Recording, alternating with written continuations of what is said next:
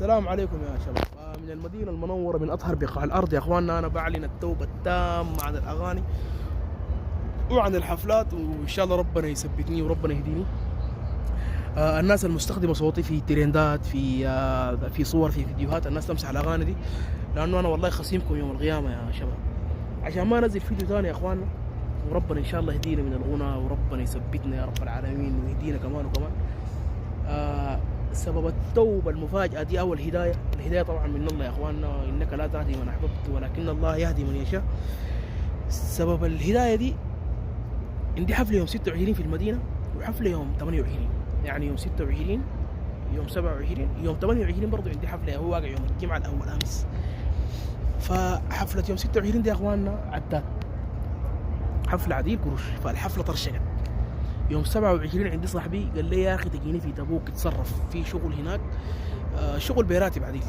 انا طبعا يا اخواننا ما شغال، يا هو بمشي بغني بجي، بس ما عندي شغل تاني. فالمهم شهر القى 6 شهور ما القى. فالمهم قلت له خلاص تمام ان شاء الله بتصرف وبجي. فجيت يوم 28 دي حفله بتاعت جيراننا كمان، يعني ما حفله عاديه، حفله زي ما بيقولوا مجامله. احنا في الفن كده، ربنا يهدينا من الفن، نعلم الفن ذاته. المهم بنقول عليها مجامله. فجيت اشتغلت الحفله. يوم السبت انا المفروض ارجع، صحيت العصر، صليت العصر، صليت المغرب، وجيت هنا يا اخواننا في المحل ذاته صليت العشاء معاي انتو. عشان كده انا قاعد هنا في الحرم. صليت العشاء هنا في المحل ده. فالامام قرأ آية انا ما حصل حسيت بها، انا سمعتها كثير لكن ما حصل حسيت بها زي ما حسيت بها هنا.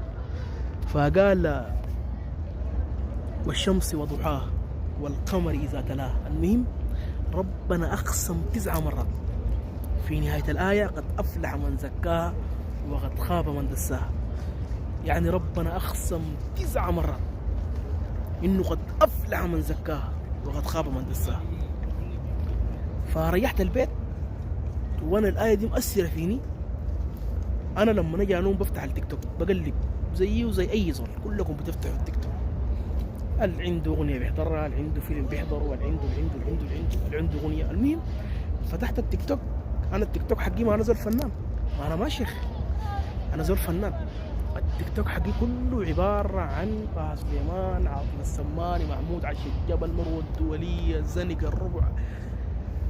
فأول ما فتحته والله وطالله وبالله أول فيديو يلاقيني نفس الآية اللي قراها الإمام هنا في الحرم: الشمس وضحاها والقمر إذا تلاها، ومعاها شرح للآيات، وإنه ربنا أقسم عليه نفسه إنه اللي بيفلح ده إلا الزول اللي بيزكي نفسه من الحرام ومن الكلام الفارغ ومن الفتن اللي قاعدين نعيشها في الأيامات دي.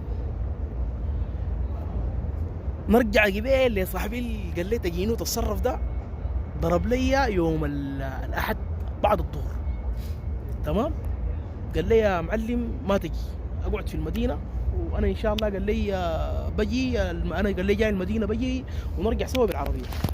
فانا ساكن ورا الفنادق دي، قاعد مع صاحبي جنب الحرم. فبجي المغرب، بجي العشاء، بجي الصبح، الحمد لله. فالمهم اليوم اللي بعده يوم الاحد في برضه قرأ آية: ومن خاف مقام ربه جنتان. والله يا اخوان الآية دي انا برضه اول مرة في حياتي احس بيها. وفي نفس الزمن انا اموري معكسه، انا الناس ماشيه كده انا راجع واحد، يعني كانه ربنا بيقول لي الدرب الماشي ده ما صح، الدرب الماشي انت ده ما، كانه ربنا شنو، انا ما قادر اتكلم والله يا اخواننا، التعبير غالبني عديل، ما قادر اتكلم. فالمهم ربنا يهديني وربنا يثبتني، وانا بعد شويه حامسح الاغاني دي كلها. انا لازم للان ما مسحتهم والله، لانه القرار ده جاني فجاه وانا قاعد هنا. فالمهم دعواتكم يا اخواننا، وانا ما حصل قلت لكم الفيديو ده شير، لكن عليكم الله وحلفتكم بالله تشيروا الفيديو ده، توصلوا ملايين. ودمتم في رعاية